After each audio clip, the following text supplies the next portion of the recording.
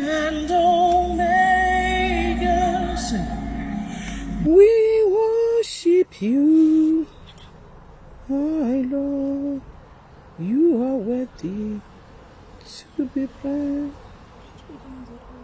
Right, this one, no matter the hustle, you need much more than people. Grab a lunch bar and get the most out of your time. guys, speaking people out.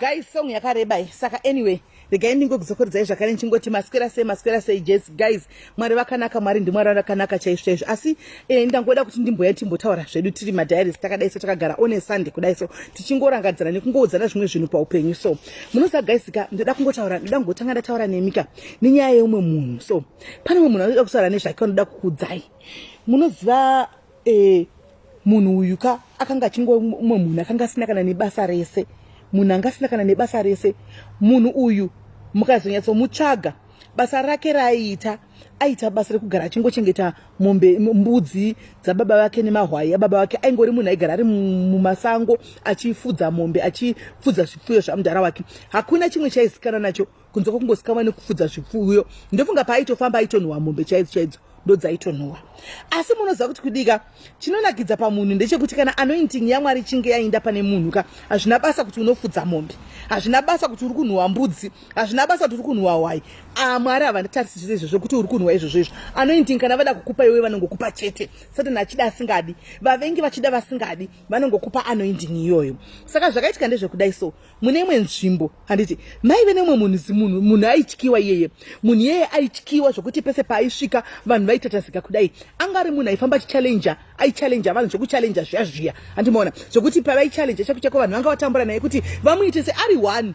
Imagine guys munhu anenge ari one osvika mutauni yenyu okuchallenja imese handi ami yenyu youya yose kodedzwa amidzana mugabe amidze South Africa amidzese aipedza hondo aipedza masports ari one munhu iyeye zvokuti vanga vasingazivi kuti vaita sei naye akanga ari munhu aiganga akanga ari munhu aizikanwa nekuti aipedza masports pese paaisvika handimaona asi zvisinei nerimwe remazuva pane mumwe mudhara akanga aripo mudhara uyu akanga atoti isu zvino zvotongoramba chimbodheregwa nesi munhu uyu anodherera singaiti very disrespectful anochallenja tachallenjwa tese hapana chiri kuitika hapana zvaataura ndozvaanoita ende kana akati anouraya zveshuwa toita sei mudhara akati rega ndimbotumirawo vana vangu vaviri vaende kunobatsira kuhondo dziri kugwa nezimunhu iri pamwe zimunhu iri tinogona kudi rinogona kungowiswa tikabatana so kuita chinhu chimwe chete munhu anogona ngodi anogona kungowiswa mudhara akati vana vake vaenda ikokoko akavakanga vachindawo asi zvisinei vana vai havana kubatsira chinhu vanhu vaingourawa masoja aingourawa zvakadaro nerimwe remazuva last born yemudhara ushu yakanga yauyawo ichibva kunofudza mombe dzayo mudhara akati iwe zvawauya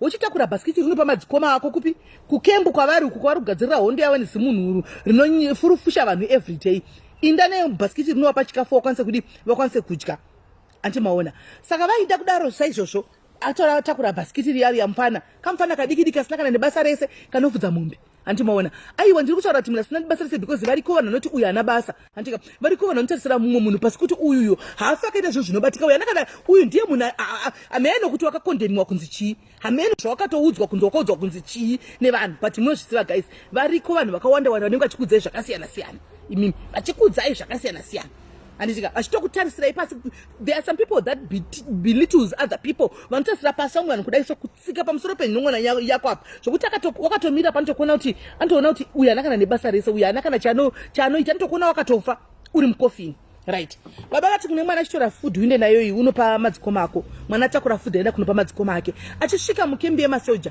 anoteerera kudai achiteerera mukembe yemasoja anonzwa mambo wenzvimbo yachinetsekana kuti vakomana tanetseka toita sei munhu wamira pamaradzano dzenzirapo ari kutochallenja aripo topera here tese nekuda kwemunhu wani guys muri kureva kuti tashayawo here zvatingaita kutoita sei nemunhu uyu anomaona masoja ese aitoti akanzwa zita remunhu yeye aita kuvhunduka kuita kusheka kudai zita ragoriathi uya handimaona vaita kunzwa kusheka kana paaisvika because aive munhu aitonga zveshuwa aive munhu aiita zvaanoda ende hapana munhu aimugona handimaona achinzwa kudaro David akashungurudzika pamwe akati vakomana saka tauni yese yoparadzwa here nemunhu wani tinosvika kupi tichingoudzwa zvokuita nemunhu mumwe chete tichasvika kupi kona chingoparadzwa nemunhu mumwe chete muri kunzwa mukomana uyu chandinoda pane mukomana uyu mwana mudiki uyu ndechekuti akanga aine chimwe chinhu changa chiri maari changa chisingaonekwi nevakawanda.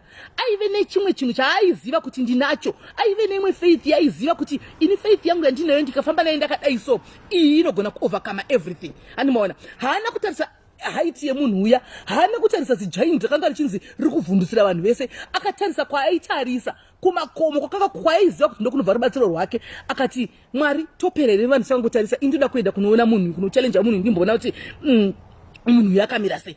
Antimaona akapinda muna mambo akasvika pana mambo akati mambo inini muri kuchema vanhu vese hapana ruda kuenda kunofesana negiant iri, regai madi kuti inangu ndazvipira kuti ndoda kuenda. Munozati hanzi mambo vakamutarisa kudai zvekuti hanzi hakuna munhu asina basa, akamutarisa kudai so mambo akati iwe nezvawakaita izvi neudiki hwako hwaunahwo nezvaurizvo ungati uda kunomisana nebhuli iro negiant iro, uda kunomisana neguna Goliath ari pamberi apo nezvaurizvi. Akati yes ndiri pano ndinoziva ndotenda maari ndati ndoda kuenda ini ndiri one, handisi kuda backup, ndiri kuda kuenda ndiri ndoga, I don't need any backup, ndoda kuenda kunofesana naye ndiri one. Munozati ndiri kunyetso imagine mupfungwa dzangu kuti mambo ndofunga vakati akakarida kunopetwa akarida kutsvaga pekufira apa kana kuti kakomana kari kumbozama kuita sei. Ndofunga kazvibvunzo mubvunzo yakawanda andimaona, but kakanga kashingirira kakomana kakati aiwa ndoda kuenda inini ndoda kunofesana naye Goriath yeiwa muri kuti anotyisa, ndoda kuenda nofesana naye zvakadaro.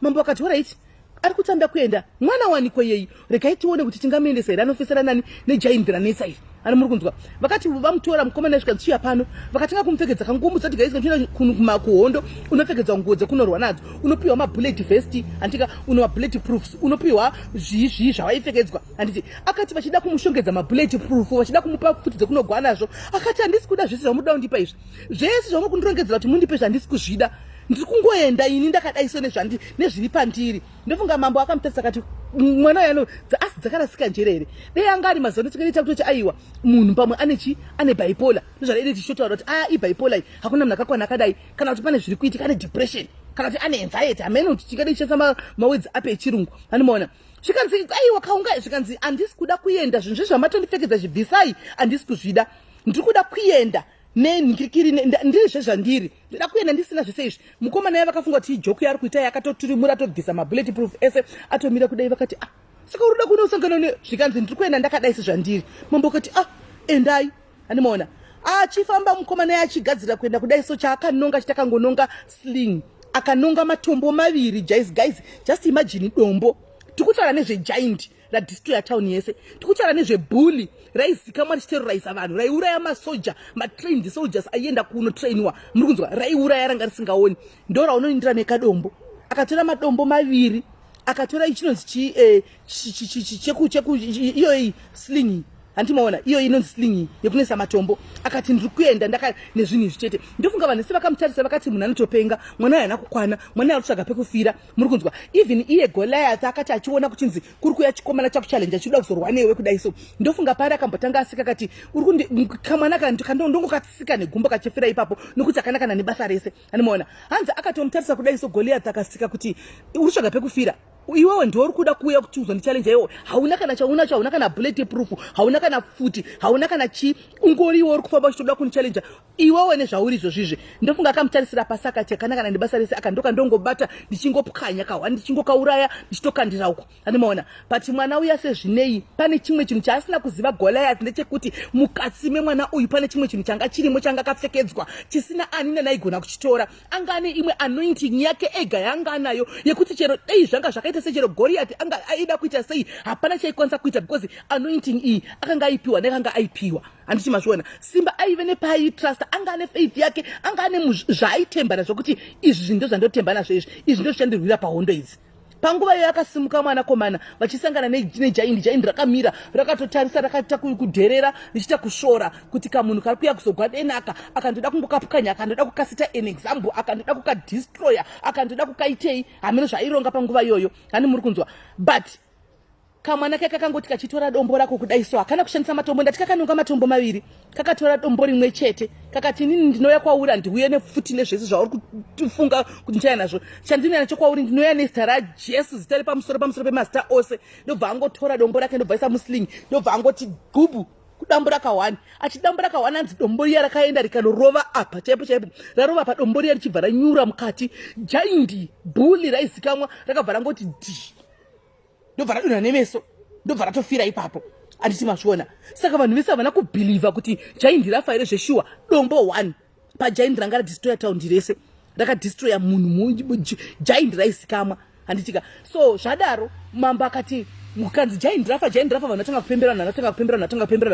kupembera handitika munoziva regai ndikutaurirei ndoda kutaura ndezvekudai so nhasi guys handitika zvichida iyo mukati moupenyu hwako une Giant rakamira une Giant rakamira mberi kwako une Giant rakamira mberi kwako rekuti ukatarisa Giant riri mberi kwako kairika unoona kuti upenyu hwako hwapera ukatarisa dambudziko riri mukati moupenyu hwako ndo Giant randikutaura nezvaro muzuva ranhasi ukatarisa problem iri mumba mako ukatarisa murume wako achinetsa unotofunga kuti marriage yatoparara hapasina ukatotarisa vana vachinetsa mumba mako unotofunga kuti vana vacho hapasina zvandichakwanisa kuita ndo pamagumo ukatarisa basa chinzi rakapera hausisina basa wakagara mumba kudai so uchingoona iri end of the road kuti saka Mwari hapasina imwe plan chii chimwe chandichagona kuita hapasina chimwe chandoita handizivi kuti Giant wari ari mukati moupenyu hwako ndi Giant werudzii handisi kuziva kuti Giant ari mukati moupenyu hwako ndi Giant werudzi but rega ndikutaurire vadikani family yediaries rega ndikutaurire ndichitaura kuti Giant ari mukati moupenyu hwako haana kana nebasa rese sometimes unongonida just kaDavid kadiki unongoti ndakaishorewa kaDavid kako dombo rimwe chete just to destroy your Goliath.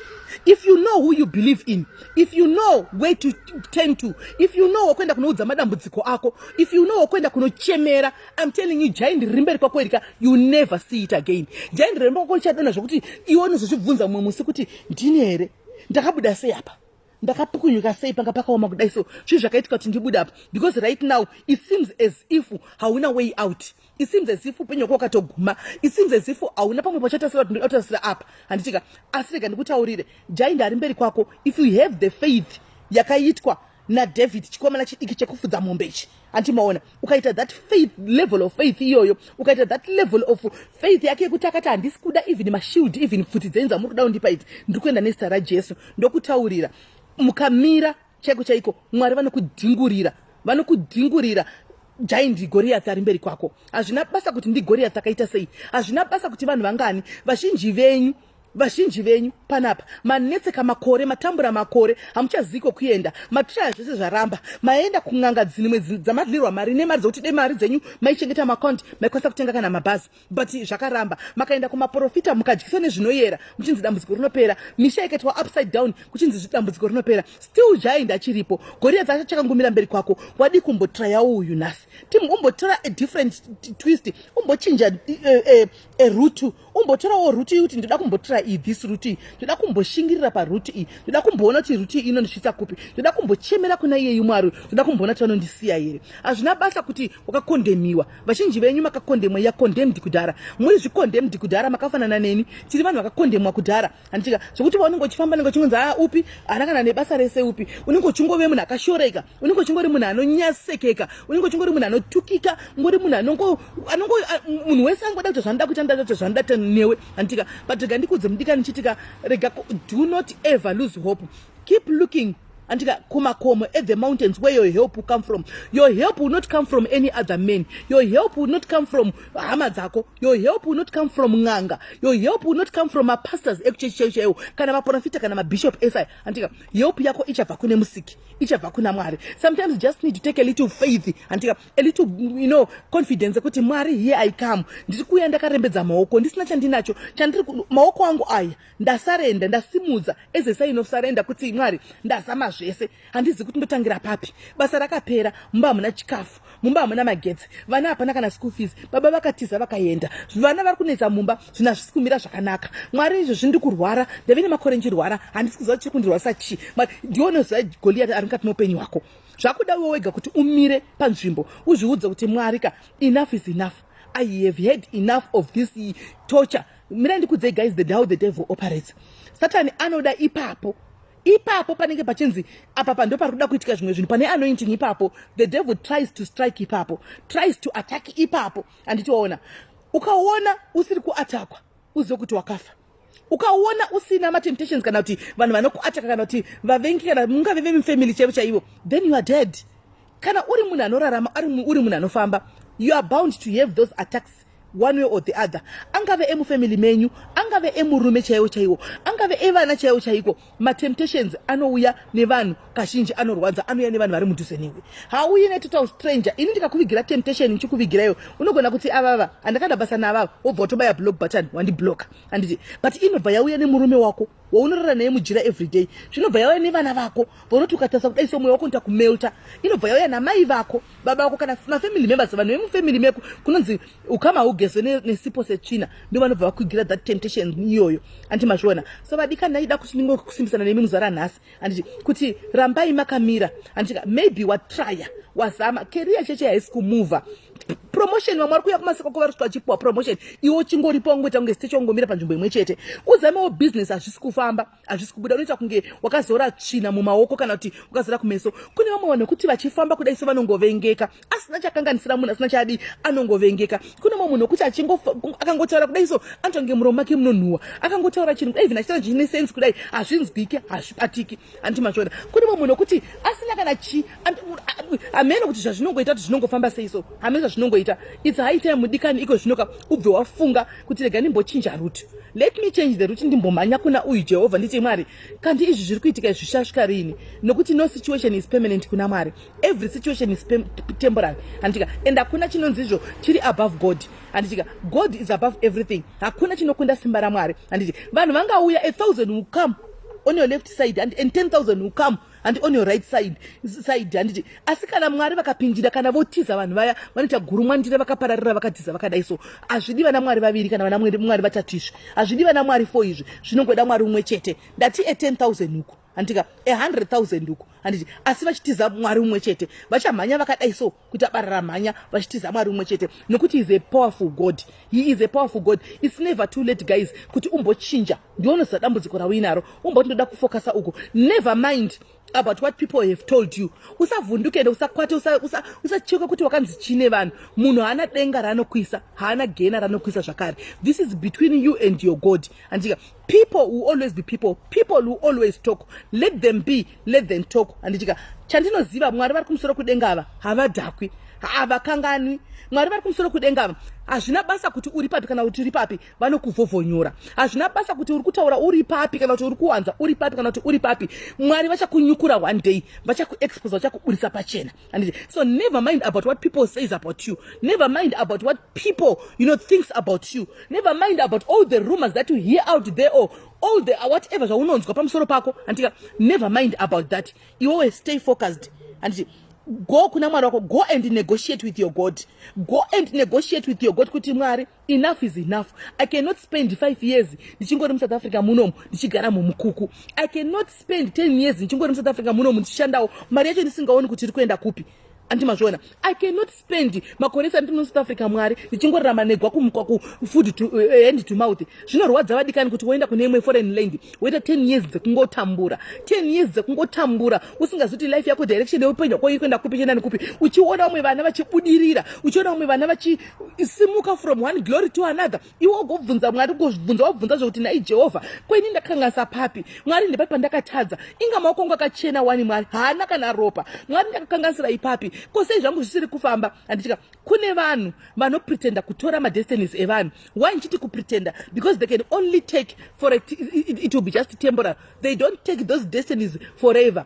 Anditi paunenge uchishupika paya vakabata destiny yako vachifunga kuti vari kushungurudza. Andika it's just temporary. The reason why nchiti temporary because iwe wacho uri kuitirwa izvo usati waziva the door to go and knock to. The mjera unoziva dore kunonoka kuti ndauya kuzovhura door iri. I have the keys to unlock this problem that has been terrorizing me for 10 years. Ndauya kuzotora destiny yangu. All that zvinodona. Oh zvese zvinoparara. Andimona vanhu ava vana simba. Hakuna muroya ane simba guys. Hakuna muroya ane simba kudarika Mwari. Hakuna chikwambo chine simba kudarika Mwari. Hakuna Satani ane simba kudarika Jehovah. Mira panzvimbo. Ziva dore kunonoka. Ziva kokuenda. kana zvichinge zvaoma mumba zivawo kunotaurira. Problem yedu as human beings, we want to confide in people, we want to confide in human beings, and we want to go and confide in different places. Ndinoenda kunoconfida kune muprofita wandisingazivi, ndinoenda kunoconfida kune n'anga yandisingazivi. Sorry guys, andina wandiri kuataka, handisi kuataka n'anga, handisi kuataka maprofita, but ndoda kungotaura chokwadi, andika muonero wangu inini. Makambozvionawo here kuti normally kune vanhu vanoenda vachiti kunopiwa zvinhu zvokuti ndibudirire kun'anga kana kumuprofita, but if you look at the person ari kupa kunokupa mushonga wokuti ubudirire kana kuti mutori wokuti mubudiriro, chimba chaari kugara chikuda kudonha nesaidi, chimba chake chakachiyama kudai, haana, he cannot even afford kuti iye atenge zvidhina avake imba yeraundi yekugara yakashongedzeka. Handiti ukatarisa bhutsi yemugumba anenge asanenga nebhutsi yakachiyama kudai so, but ari kutaura kuti iwo ndinokwanisa kubatsira kuti iwo uite mari. Iye mari haidi here guys, kune munhu asingadi mari here. Zvimwe zvinhu zvoda kuti tivhure maziso. Kune munhu asingadi mari here. Ukatarisa dzinza rake reseka, vari kungoraramawo nefood hand to mouth, vari kuraramawo nehwako mukwako, but ari kukudza kuti iwo ndichakugadzira kuti zvako zviite, you are a total stranger hakuzive. Ivo vari kumba kwava vaidiwo here mari, havaidiwo here mari. So vadikani ndo pandoda kuti tingozama kuonesana, and I'm not attacking vanhu vane zvitendero zvakasiyana-siyana zvavanoita, but ini ndiri kutaura kune vanobhilivha. Handitika zvandiri kubhilivha kune vanobhilivha kuna Mwari ari kumusoro kudenga uyu wandiri kutaura nezvake, kuti he is the only one who can unlock the door yako iwewe. He is the only one who can say no or yes.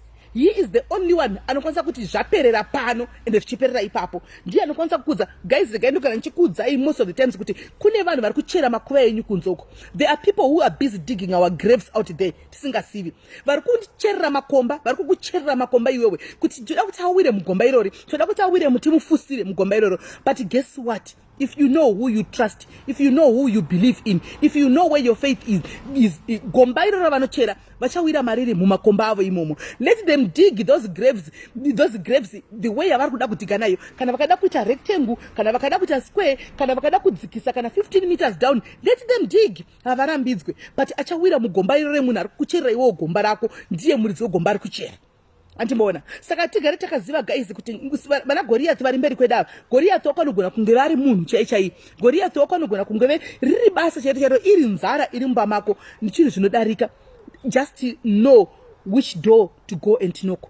Ziva wekunochemera, usangojaira kuenda kunochemera vanhu. Handisi kuti zvakaipa kuenda kunochemera vanhu, handiti, because we are there for one another. Yes, but usati wauya kwandiri imbotanga iwe wega wapfugama wachemera Mwari wako, wozoenda kune umwe munhu, unozoenda kuna shelter kunoti shelter ndauyawo ndibatsira wandina upfu, but wabhenga munamato wako, but waziva kwawaisa munamato kuti ndaisa munamato wangu kwakati. Handiti munhu haana denga kana gena raanokuisa. Munhu anongotaura, munhu anongoita zvaafunga. Guys, a lot of you kap muri kutoonekwa muri moving graves kudhara. A lot of you muri kutoonekwa musina kana basa paupenyu hwenyu. A lot of you muri kutoonekwa chinzi uyo hafi akaroorwa, takatosunga takatisa ndine hari yangu yandakaisa bhodhoro rangu randakacherera pakati. Handitika a lot of you guys makatoonekwa kunzi uyu chero zvikaita sei hafi akabara mwana. Munoziva kuti Mwari ndo pavanoda pakadaro, paunenge uchinzi wakabhejerwa, paunenge uchiudzwa kunzi uyu haana basa, uyu tichamugadzisa isusu. Mwari ndo pavari kuda, vakamirira iwewe pachako kuti uye unlock that door, uzive pekunoka, unosvika kuti ndauya manje, chizarurai gonhi riya Mwari. Vavengi vako they will be shamed, vavengi vako vanonyadziswa. Anditika musamainde guys, people who says a lot of things out there, people will always talk. People, there is nothing that you can do, but I just want you to muzive chinhu one. Murambe makatarisa finishing regame racho. Mwari ava nerimwe remasuva vachazvitaridza nedzimwe nzira dzakasiyana-siyana. Hazvina basa kuti kunotaurwa kunzi chikana kuti kudipa musoro pako. Anditika ramba wakamira panzvimbo, ndatine rimwe remasuva, mark my words, muchaona inyu zvinoita Mwari. You cannot keep on going around fighting people. Anditika you can't go around fighting people everyone kuti uyataura zvakati pamusoro pangu, uyataura, because it's easy and for negativity to spread. It's easier for me to sit down right now ndakavenga Lizzie Makore and then I start writing zvandoda andika kuti Lizzie ihure akazouraya vanhu akazodla vanhu akazomwa ropa revanhu. It's very easy andika ndakawanda Lizzie will never know kuti ndiani ari kuzviita andika ndazvichibuda mumusoro mangu kuda kuwachisa Lizzie ndozvitora and that will spread like fire because it's negativity. Look at today, we are having this life and tirivangani, how many are we? 167 and they tanga tukuta life yokuti ndema kuwa tikade tikona ku 1000 point chakadaro. You can actually see and kuti nzira pami inodiwa nevakawanda, nzira yakamanikana vanhu vakawanda havaidi. Anditi so chandoda ngotsana chekuti guys stay focused.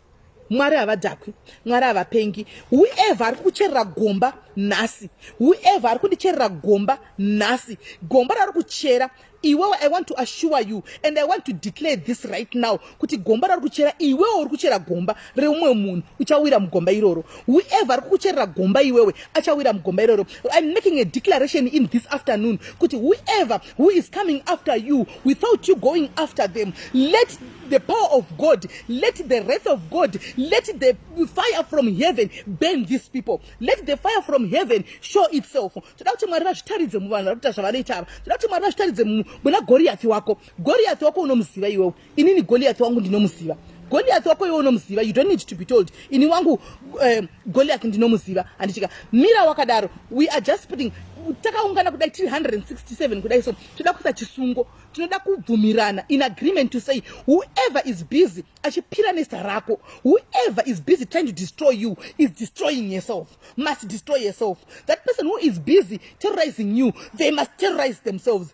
Your hands are clean. Hauna chawakabata, hauna ropa maoko mako. Antika let them talk, let them do whatever they do, but I am declaring right now, kana Mwari vatinonamata muri Mwari vanotinzwa, muri Mwari vasati vambotinyadzisa, muri Mwari vasina kumbotikundikanira, muri Mwari vasina kutigonera. Enough is enough. We are tired of varoi. We are tired of the devil who terrorizes people every day. Antika we are tired of people who are finding pleasure antika in terrorizing other people. We are tired of people vakunochera zvimakomba zvavo, vachisa hari dzavo, vachisa makendiro avo, vachisa zvakasiyana musiyana mukati antika kuti ndiri kusunga destiny yaningi. Mwari, it's high time now tiuye pamwe chete in agreement. Muzvitaridze kuti muri Mwari vari pamusoro pemasimba ese, muri Mwari vanotigonera. Kune uyo angachitsvaga basa, kune uyo Mwari umwe nomwe angachiti upenyu hwangu wapera. Mwari vanoda utano vapei utano. I speak healing upon their bodies. I speak healing right now pamusoro poupenyu hwako pahwavo. Mwari kune ava vari kutsvaga mabasa. Father, I release Jehovah mabasa. I release mado. I open the doors for jobs Mwari kuti mabasa avawanike. Vari kuzama kungwavha Mwari.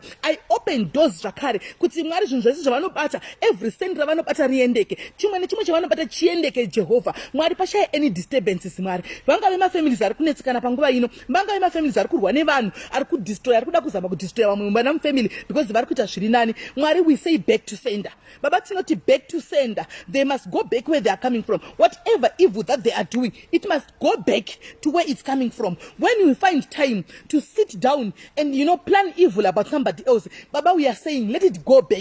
Kuneva revive nema, vanoreva nema, vachirwisanisa mafamily, vachirwisanisa vanhu because they don't want to see peace between other people. Vachienda kunotaura zvinhu zvisina kutaurwa, odzoka ukotaura zvisina kuti vanhu vavengane. Anditika I am saying God muri Mwari, one day we want you to reveal yourself. Tikuda kuti Mwari munyadzise Satan, tikuda kuti Mwari munyadzise vavengana, tikuda kuti Mwari munyadzise every Satan, every demon of a person and anoziva kuti ari kuparticipate in destroying other people's lives. Jehovah, we say Mwari, tinouya kwamuri kuti Jehovah imika ndimi mega munokwanisa kuzviita. Anditika tinokwanisa ndimi mega munokwanisa kuzviita, ndimi mega munokwanisa kuzviita. So guys, I've made my declaration and I would like to believe wherever you are guys, taita chisungo ichi pamwe chete. Hakuna chombo chagadzirwa nemuvenge chabudira pamusoro poupenyu hwako. Hakuna kugadzira chombo chavo havarambidzwi. Regai vagadzire zvombo zvavo. Regai ndivo vanoziva chivanda chombo chavo chikure zvakaita sei. Kana vachida kuti chikure zvekuti kuinzana nembai, regai vagadzire chombo chavo. Andika chikure zvekuti. And chandaramba ini chekuti vachigadzira chombo chavo, it will never have any effect on you. Chombo chavo ichicho pane kuti vashute iwewe, vaparadze iwewe, chichadzoka back kuzoparadza muridzi wacho. Chichadzoka kuzoparadza muridzi wacho ari kugadzira chombo chake. Havarambidzwi vakuisa hari dzavo pasapa. Regai vanyatsotora malast number ehari. Antika vaumbirwe malast number ehari, vaende kuisa zihombe vachifunga kuti vari kuisa iwewe mukati mehari imomoka. Tikuda kuti chidzokere kunodya iko kwavari kuisa hari dzavo ikoko. Andimaona vari kuita makenduro avo, mabhodhoro kana zvingave whatever zvinoshandiswa, zvidhoma, zvikwambo, mameno, mhepo dzinosumudzwa kana kuti chi. Tikuti mhepo idzodzo pamusoro pako ngadzishayiwe simba, ngadzisabate. Pakana uchadedzwa uroyi, vachakudedza one day muchana muchindipa testimony, vachakudedzai kuti uri muroyi because pavachatumira mhepo dzavo, pavachatumira zvinhu zvavo, vachaona iwe uchiexila. You be exiling uripo, vachikuona uchisumbuka kudai, uchiflya kudai, wakavhura mapapiro ako kudai, so wobva vati uyu ndiye muroyi, uyu ndiye anotoroya because tazama tati siku nesikatanga tichigadzira munhu uyu hapana chiri kubudirira. Instead tikunzwa kuti akatenga mota, instead tikunzwa kuti atenga imba kana kuti ari kuvaka imwe imba, instead tikunzwa kuti akaona basa vachapesera kudedza iwe muroyi because vakutadza.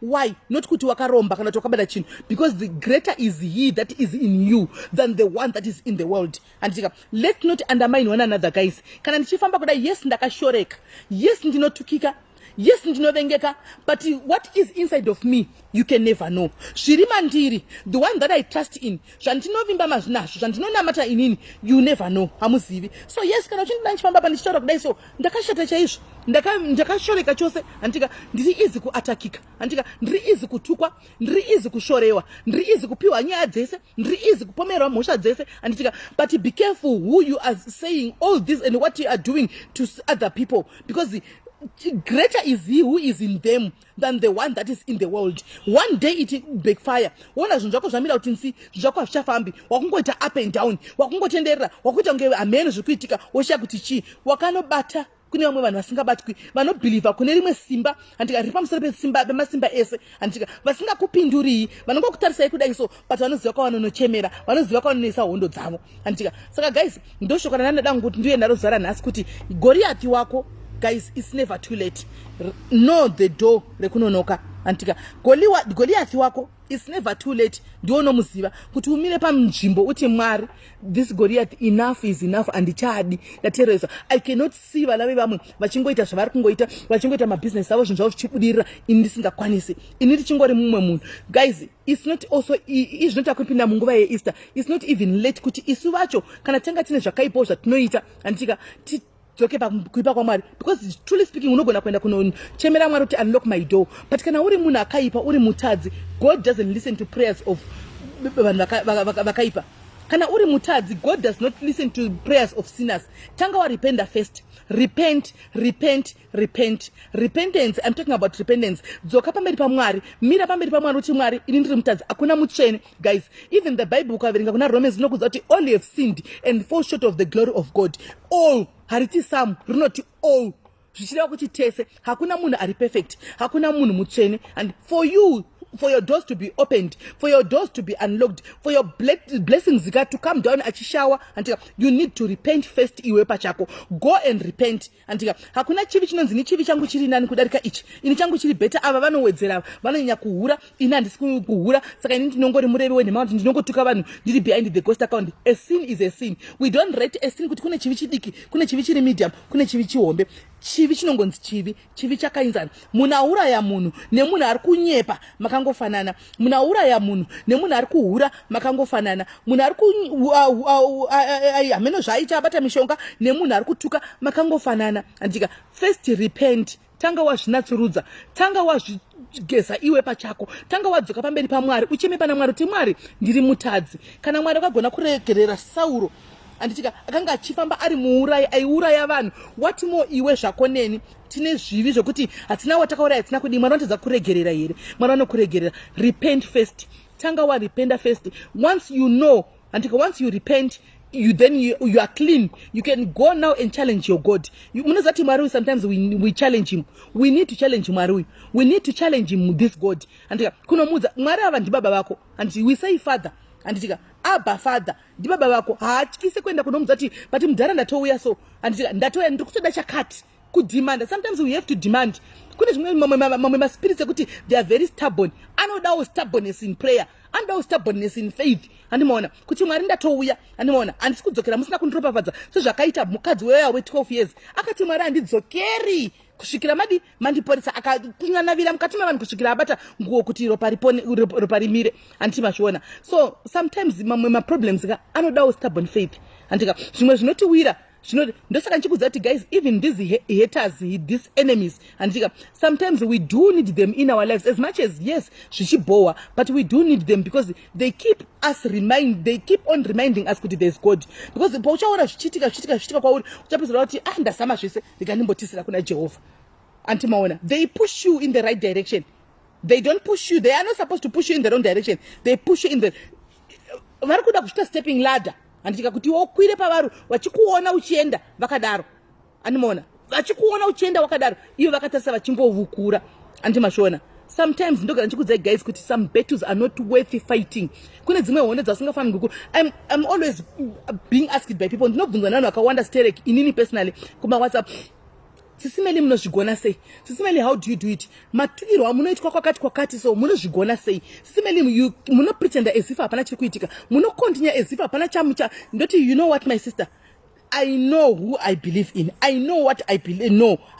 Andivhundutswe nekuti anzi ndataurwa nevanhu vasingandizivi. Andivhundutswe nekuti ndataurwa zvandinoziva kuti hakuna zvinhu zvakadai zvekunyepa. Maona here V11 andivhundutswe nechinhu chandinoziva kuti hakuna V11 rinofara kabuda because they don't have. These things are coming from their heads. They are creating. Andivhunduke. By now my sister kana iwo ndiwo unotofamba kwaunenge uchiona zvinoitika ikoko. Andika watiwaonawo here V11 panyaya dzese dzawanzwa sofa uipi hwangu hwese hwokuti ndini muroyi ndiri muhure ndiri muroyi ndinohura ndinodai nje wambotoona here V11 pagoshayawo here kana murume 1 anachiti chokwadi ihure ini ndiri pano ndakaura naye uyu munhu usho pagoshayawo here anoti ini chokwadi ndiri pano kudai akauraya kumba kwedu handiti ndonzi medhara futika ini senditonzi ndiri medhara ndakauraya munhu andika pagoshaya 1 hama yemunhu akafigwa yeye nemunhu wavanoti tabuda pachena zvokwadi ava vakatosungwa nemapurisa vauraya hama yedu pagoshayikwa mazana kwede munhu asina intaneti here ndinonzi tiri mbavha pagoshayikwa 1 nechokwadi akasungwa uyu kana kuti takamuona ari mujere uyu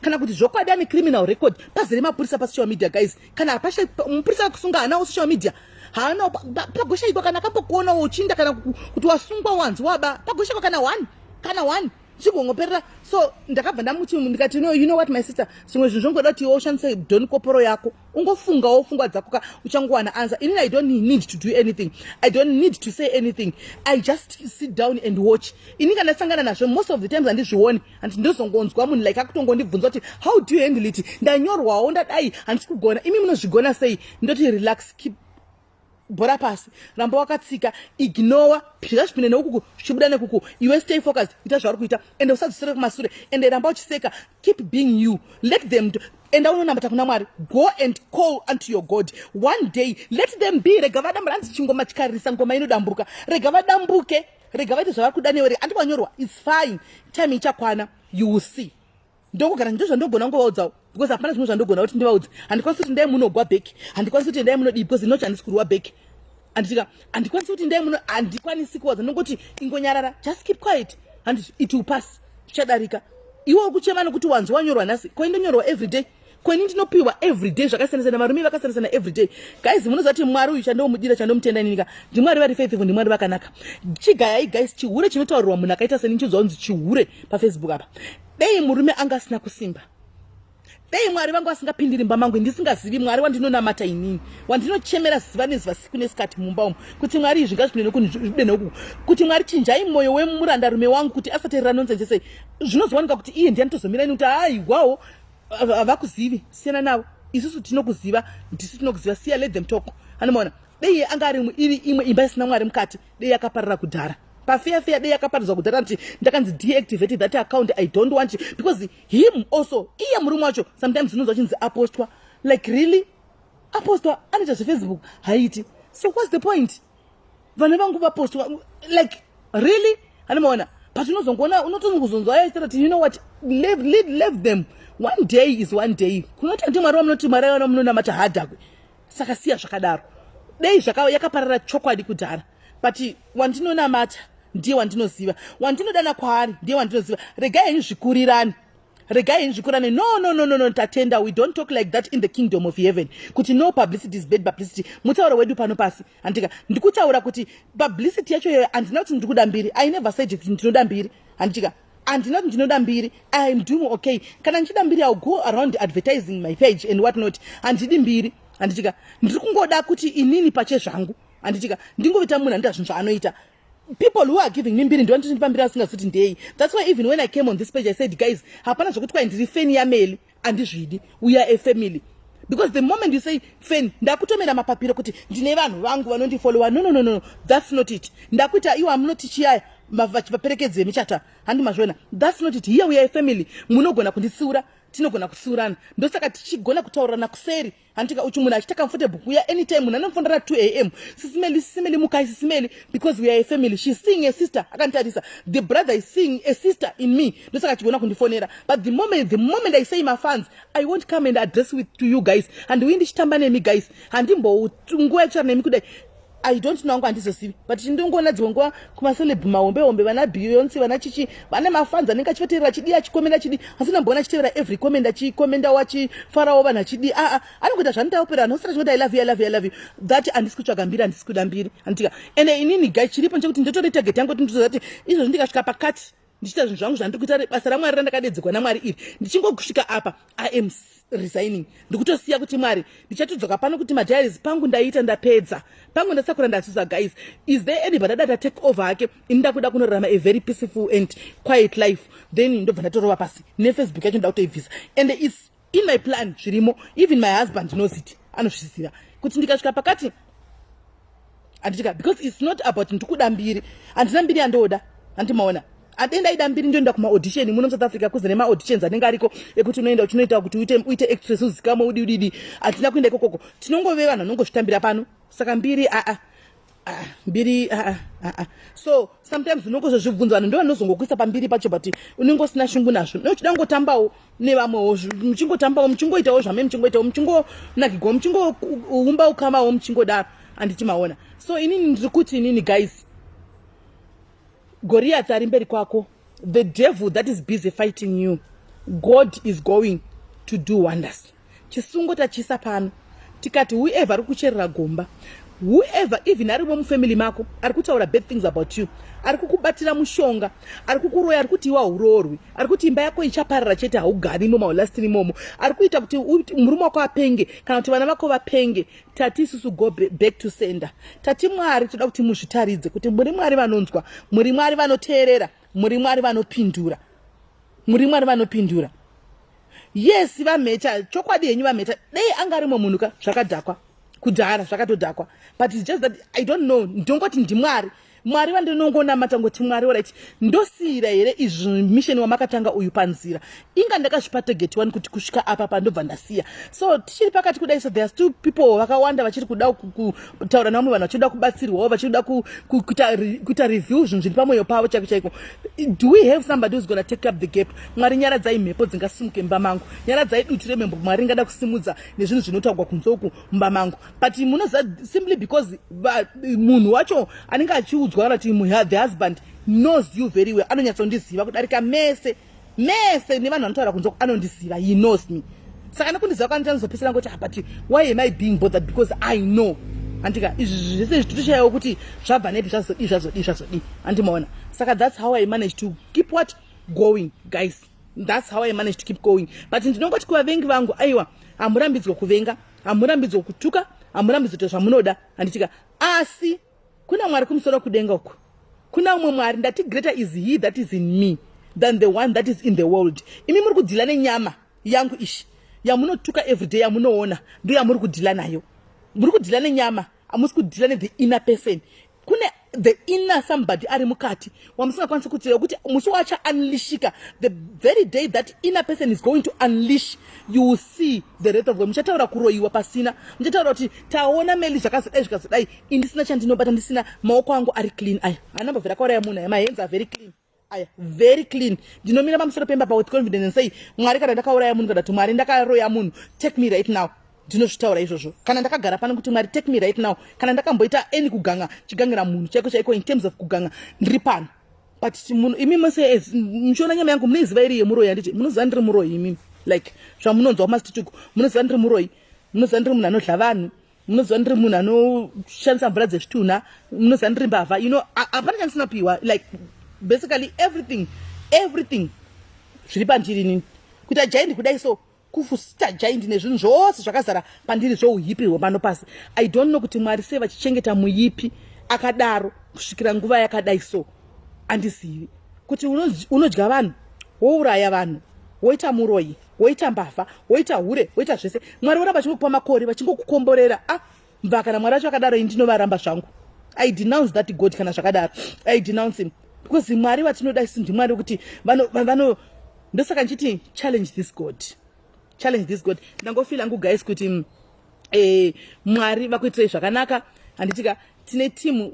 I told you earlier on, kuti starting from Monday, tomorrow, we are going on a 2 weeks fasting. Antika 14 days fasting. Antika kune team yatowe kota wene group redu. Antika rachatanga mangwana. So if you feel you want to also to be part of that fasting and prayer group ratinaro for the next 14 days, andichika tiri pamwe chete tichifambirana pamwe chete vamwe vachidya paEaster apa vachinakirwa vachigocha vachidini isusu tinenge takamira tichinamata tichidedza kuna Mwari umwe tichitaura kuna Mwari uyu kana varipo andichika varipo vari kuda kujoina you are okay andichika you are free to come mutobva ndakupinzai mopindawo andichika totanga jeni pamwe chete mangwana andichika tinenge takungofamba mumweya tinenge ndisu tinozivana Goliath vedu handiti ndisu tinozivana Goliath vedu vatiri kuda kuti mborwisana navo nekusanya nemunamato. So handizivi kuti vacho vanotitawo zvakaipa nevanodii vanopapona here apa because takamirira takarevesa. Gracie, if you come to my WhatsApp ndinongokuedha, you just come to my WhatsApp nenamba yako, then I'll add you in the WhatsApp group. Group iri hataurwi anything, rinongotaura mascriptures, maverses chete, and then encouragement, maprayer request chete.